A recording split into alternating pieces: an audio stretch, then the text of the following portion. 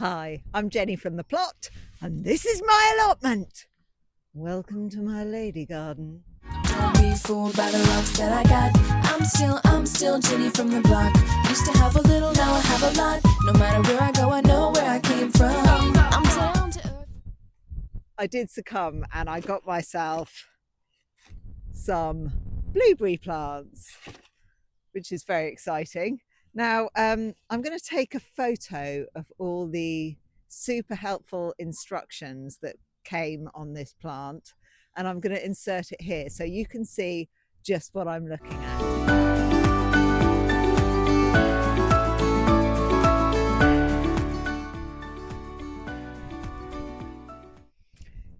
I don't know what any of that means. That is all the instructions you get. I don't know what the little picky hand thing, V7 to 9, is that when you can harvest? 7 would be July and 9 would be September. I honestly, it's indecipherable. There's a little watering can at the bottom. What does that mean? Water them. Thanks. I'll bear that in mind. I don't know what the little flowery thing means. Anyway, that's all the instructions I'm working with today. In fairness, though, they were cheap as chips. I got them from Home Bargains, and I got 2 of them because I heard on the grapevine that you should have 2 blueberry plants. Then I did a little bit of Googling, and the reason why people say you should have 2 blueberry plants is to do with pollination. Now, blueberries will self-pollinate on their own quite happily, but it's said that if you have 2 different varieties of blueberry plant, they cross-pollinate, and that gives you a bigger yield.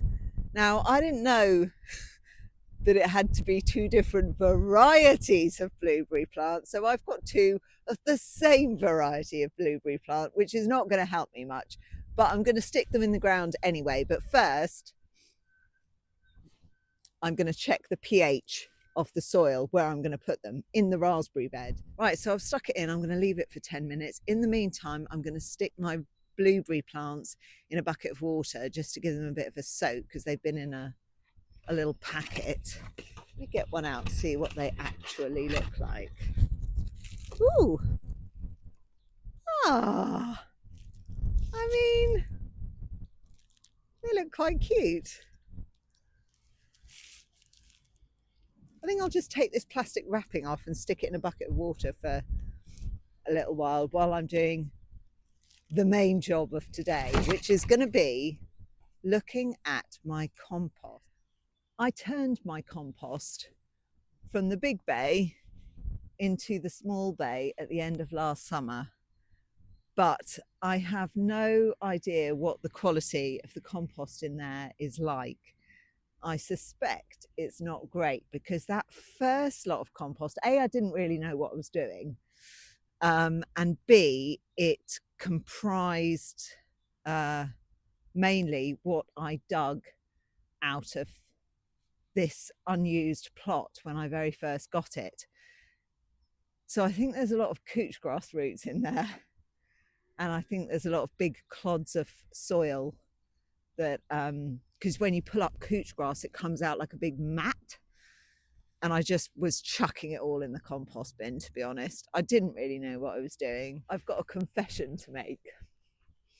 When I turned the compost, I heard squeaking. Now, I did have a little tentative poke around and I couldn't see anything at the time, but there was definitely squeaking coming from the compost. So if I find rat baby corpses in here, I don't know what I'm going to do. But I'm going to wear gloves, definitely. You should always wear gloves when you're dealing with compost, especially if you've got a rat problem. I think it's their urine. If they wee in the compost, basically, it can carry diseases. So you should always wear gloves, kind of. Anyway. I'm going to do a little experiment. I'm going to get some out into the wheelbarrow today, have a little poke through it, see if I can locate any rat baby corpses, and pull out any obvious kind of roots. And then I'm going to pop it onto my flower planter beds. They've already got some really good compost underneath, and they've got a layer of cardboard. I'm going to also sling in some chicken manure pellets, because I honestly don't know how nutritious this compost is going to be. So we'll go for that approach, and we'll see what happens. Let's do that now.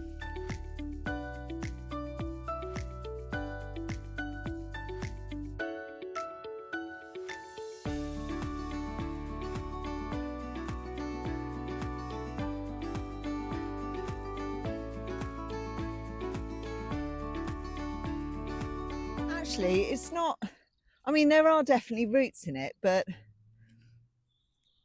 they've been sitting there for months now, so I don't know if they'll cause me problems or not. It's actually quite nice and crumbly. There's a few clods and a few rocks that I've obviously just slug in there, but it's not as bad as I thought. There's only one way to find out whether or not it's going to be an issue. That can go. There's only one way to find out whether or not it's going to be an issue, and that is to sling it on one of those planter beds and try it. So let's do that now.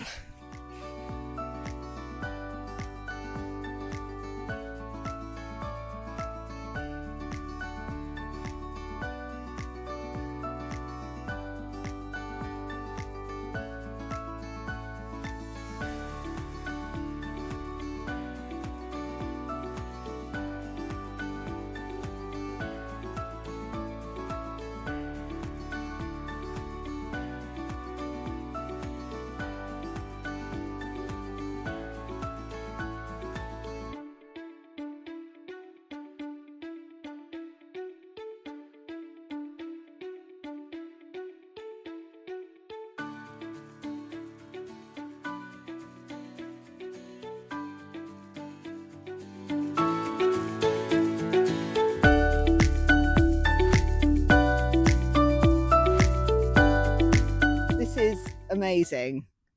I was convinced that the only reason this bed was reading as acidic was because the first time I used the pH tester, I stuck it right next to the raspberry plant where I had been spreading loads of coffee grounds. But I've stuck it right in the middle now, exactly where I want my blueberry, one of my blueberries, to go. And it's still reading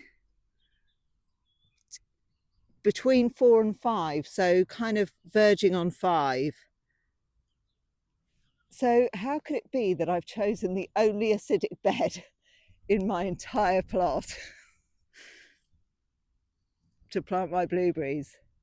Serendipity, that's what it is.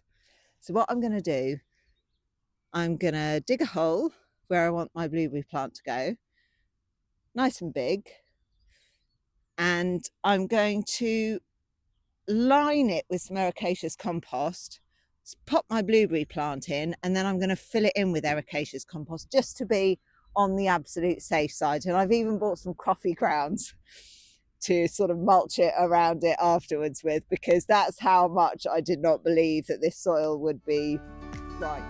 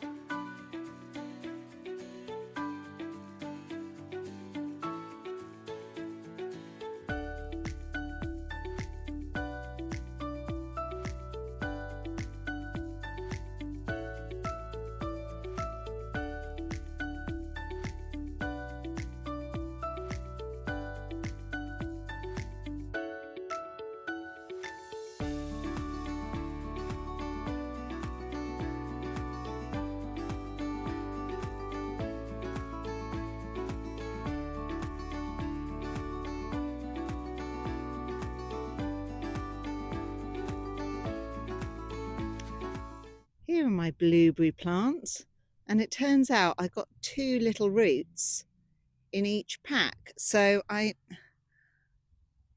there's 2 there, see? So I actually have 4. And I think they do eventually grow quite big. But to be honest, I have my doubts about whether they'll survive. I always have doubts about things on this plot. So at least as I got 2 roots in each pack and I have 4 blueberry plants now, I've doubled my chances that some will survive. That's it from me for today. It's starting to get dark. I don't know what the time is. Oh gosh, well, it's 20 past 4 and it's still kind of daylight. So if it's daylight and it's 20 past 4, then spring must definitely be on its way, right? Am I right? Anyway, I'll have to get home. Please keep your fingers crossed for my blueberry plants. I'll let you know how they get on. I'll see you again soon. Take care. Bye.